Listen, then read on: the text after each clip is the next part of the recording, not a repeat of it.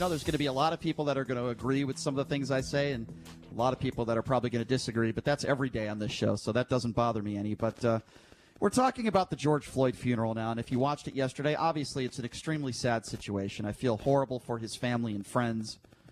My opinion on what took place there has not changed one bit. I do believe all four of those officers deserve to go to jail for a very, very long time for that murder that took place. There's no question about that. But I'm specifically talking now about the funeral. We hear all these people talking about social distancing. I talk about it all the time. And we hear about Black Lives Matter. Well, guess what? At George Floyd's funeral yesterday, the church asked the family, make sure that people have an empty seat between them. Do you think people did that? No, they didn't. So you had a bunch of people at the funeral last night that were not practicing social distancing. Now, I get what these protests are about. Don't get me wrong. I understand what these protests are about. It's about police brutality and the way police treat minorities. I totally get that, and I understand that, and I'm not diminishing that. But don't you think you hurt your cause? If you're called Black Lives Matter and you're not practicing social distancing, whether it be at the protests or at George Floyd's funeral, aren't you setting a bad precedence and a bad example? I have a serious problem with that, just as I did with any protest. So in regards to this funeral, we have a bunch of celebrities that are at this thing. Kevin Hart Brian, is there. what was the total attendance, do you know? I have no idea. Okay. Kevin Hart is there. Master P, Ludacris. And as far as the attendance goes, I have no idea. I could guess maybe a few thousand. I really don't know. So at one point, Al Sharpton is naming off the celebrities, and he says, this is kind of interesting, JD. Al Sharpton says, he didn't want me to mention his name. He didn't want me to say he was here, but I want to thank Kevin Hart for being here. And then Kevin Hart, who was sitting front and center, who could probably smell Al Sharpton's sweat, gets up and waves his hand. Don't tell me, Kevin, you didn't want to be seen if you're sitting front row. It's the most ridiculous, or it's the most ludicrous thing I've ever seen. Oh, by the way, Ludacris was there as well, and Master P. What is this, the Grammys? I understand these people want to pay their respects to George Floyd. I respect that. But don't say you don't want to be seen if you're going to sit there front row. By the way, not practicing social distancing. It's ridiculous. So this is Attorney Benjamin Crump, who is a complete race baiter, as I would say. Every single time an African American is killed by law enforcement, he takes the case. And I believe he takes these cases not necessarily because he wants change in society, but because he wants airtime. Why this guy is even speaking at the funeral is beyond me. But this is Attorney Benjamin Crump at George Floyd's funeral last night.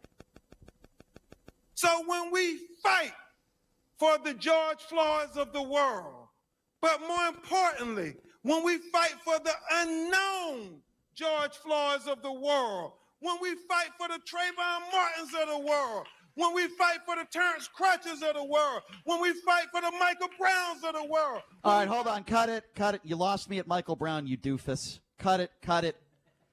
I hate to do this, folks, but I'm going to do it. Michael Brown is no hero. Michael Brown is where he belongs. Why? Because he attacked a police officer, and he went after a police officer's gun. That's why. Moments after committing a strong-arm robbery. How dare you bring up Michael Brown, who attacked a police officer? There was no hands up, don't shoot. Michael Brown committed a felony. He went after that cop. And, of course, Benjamin Crump wants to bring up Michael Brown because he represented the family. The forensics, the evidence, there were African Americans that testified that Brown lunged at the officer. Benjamin Crump, you are a disgrace to all African Americans and attorneys. You are the worst in what attorneys are, Benjamin Crump. I don't even want to hear the rest of that cut because he's such a disgrace. He brings up frickin' Michael Brown. You want to bring up Philando Castillo and the real victims? Go for it. But Michael Brown, are you kidding me? Holy smoke. Why don't you bring up O.J. Simpson in the speech while you're at it? Let's pray for O.J. Benjamin Crump. So Al Sharpton, another guy who should have never been up there on that stage. Al Sharpton, the race baiter in chief. He's just taking his opportunity, Brian. Well, that's what I'm saying. He's Absolutely, a race baiter. Of course. So listen to this. This is Al Sharpton at George Floyd's funeral last night. I want you to put your hands together and welcome him to the stage. Big round of applause for Jackson Heights' own Mr. Randy Watson. Yes, Randy Watson. Hold on. Hold on a second.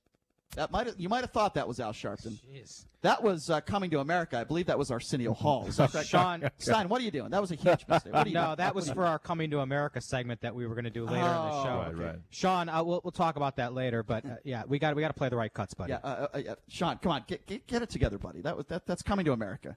Tell me- Mr. Randy Watson. Tell me that was an accident. Al Sharpton. Let's hear from the real Al Sharpton, by the way, who, by the way, could make a cameo in Coming to America, too, because he sounds a lot like Arsenio Hall. Let's have a listen to the real Al Sharpton last night in the George Floyd funeral.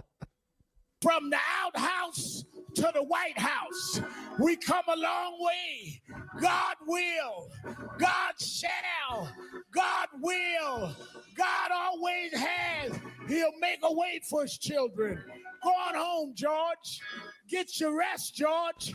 You changed the world, George. We're going to keep marching, George.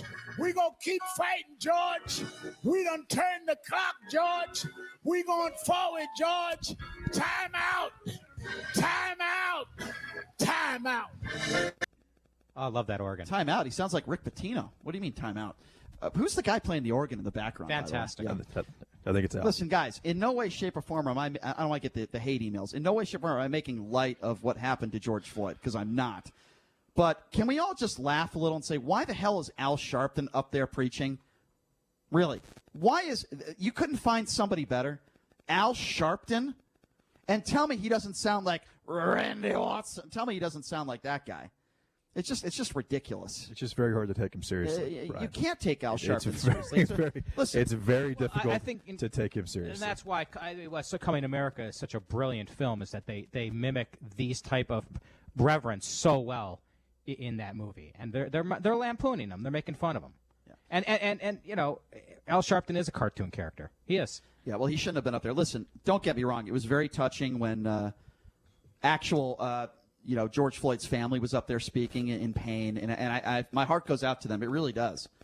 I just wish they didn't choose Al Sharpton and Crumbs to go up there, and because that's what he is to me. He's Crumbs. To go up there, I mean, you eat lunch or you eat dinner, and you're full, and you have a few crumbs on your plate, and you just throw it away. To me, that's Benjamin Crumb. That's what he represents. He's Crumbs. He's the worst of what attorneys are. You think he really cares about the George Floyd family? No.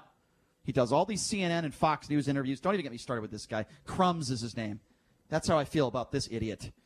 But Al Sharpton, just get off the stage, man. I want to, it was his family. That was the touching moment. His brother talking. That's what was tough. Listen, I'm going to criticize, and I wouldn't be fair if I didn't. They were not practicing social distancing. Now I want to get to the second part of this, and there's probably going to be some people out there that are going to disagree with me, and I don't care. Everyone is painting this guy, George Floyd, out to be a martyr, a hero. It does not excuse the officers and what they did. I want to be very clear on that. I've been very consistent on what these officers did was murder. But I'm sick and tired of people painting this guy out to be some sort of great man. Well, the family members are doing that, and I want you to have a listen to it. These are the family members in the last several days that the things they have been saying about George Floyd. Have a listen to this. Everywhere you go and see people, how they cling to him. They wanted to be around him. George, he was like a general. Every day he walks outside, it'd be a line of people, just like when we came in, wanted to greet him and wanted to have fun with him. Guys that was doing drugs, like smokers and homeless people, you couldn't tell, because when you spoke to George, they felt like they was the president, because that's how he made you feel. And so you could see, as all these people, no matter who you talk to, they will all say the same thing, and that George was somebody who was always welcoming, always made people feel like that they were special, and nobody felt left out. And he would enter into a room. Everybody would feel like they were special. He would embrace them. But my big brother, great guy, great gentleman, great man. Great guy, great gentleman, The great best. man. Okay, so let me just. I wonder if he made a pregnant woman feel welcome when he ransacked her home. He entered her house. No, it was a home invasion. I know. Okay. Let me just It, explain. it what wasn't. happened. It wasn't just him. I know. He had other friends. I understand, but that's academic to what I'm saying. I'm speaking. I know. I'm just saying that he pointed a gun at her stomach, a pregnant woman. 2007. Does that sound like a great guy to you, or am Yep. I just crazy? That sounds like a thug to me, Brian. Well, I'm not going to use that terminology, thug. What I am going to say is it sounds like an awful human being, and it sounds like a person that doesn't seem like he's very welcoming of others. He also served 6 separate sentences Cocaine. for separate crimes from 1998 to 2018. In 2009, he actually pleaded guilty to this first-degree felony charge. Now, listen, again, I'm going to say this again. It does not excuse the Not at all. behavior of the officers. Well, that's why that. I think we all agree on that. But he's. It's also important to note that when he got out of jail, which I believe, correct me if I'm wrong, was 2014. It was somewhere around that time, I think, where he got out of jail. And a lot of his friends and family are saying, well, he turned his life around. Well, if he turned his life around, number one, then why does he have meth in his body? He has a young, beautiful daughter, by the way, that he should have been very thankful for. Why are you still doing drugs? Why do you have meth in your body? And why are you trying to peddle fake $20 bills? It wasn't just meth, Brian. He had enough fentanyl in his system to kill 4 people. Well, you understand the point I'm making. Absolutely, of course. Now, The reports are that he was foaming from the mouth when they got to him. and again, he doesn't die if those officers didn't behave. And I'm not suggesting that he does. But what I'm trying to say is this. I am sick and tired of people painting this guy out to be some sort of hero, because he's not. Did he deserve to die? Absolutely not. But let me tell you something, ladies and gentlemen. For those of you that think I'm wrong right now, okay, let me tell you something. Anybody, and I mean anybody, that points a gun to a pregnant woman's stomach while attempting to rob her is a despicable human being. Now, can people change? Well, I suppose, yeah. But it doesn't change your behavior. Why is the media not talking about this? Why can't we talk about both? Hold on. Why can't we talk about police brutality and what the majority of the good people in Black Lives Matter are trying to do, and at the same time talk about this issue? The fact that this family, by the way, is getting, right now, the GoFundMe page is at $13 million. Now, listen, I know what you might be saying. Well, you shouldn't tell the family what to do with their money. Okay. And well, Kanye West is giving the family $666,000. and by the way, important to note, this is before the lawsuit. They are going to make millions and millions of dollars off that police, and rightfully so. I don't have a problem with that. The point I'm trying to make here is this. The family has put out a statement that said, we're going to use this for counseling, okay? We're going to use this to pay for the funeral. Well, no, you didn't, because Floyd Mayweather paid for the funeral. $90,000. What about Ahmaud Arbery? What about all the other people that Al Sharpton mentioned? What, you want to donate money to the Michael Brown family? What about all these other African Americans that have died? They haven't received this. What about David Dorn, the 77-year-old police officer, retired police officer, who was at his friend's pawn shop in St. Louis? He used to go there and check on it when the alarm went off. He goes there. He gets murdered by looters and rioters, and that isn't mentioned. Why? Because it doesn't fit the national narrative right now. It has been mentioned. Not as much as it should be. This guy was, by all accounts, an actual hero. George Floyd, by all accounts, was a career criminal and a horrible human being. I'm not going to sit here and say George Floyd was a good dude. I'm just not going to do that. With that being said, again, it does not defend what those officers did. But the point I'm trying to make is this, ladies and gentlemen, and maybe some of you disagree with me. That's fine, and I'll open up the phone lines. 702-257-5396. Again, that number is 702-257-5396. We need to be honest about this. If you're going to be honest about police brutality, if you're going to be honest about the way police officers treat minorities, and I have absolutely no problem with that, be consistent.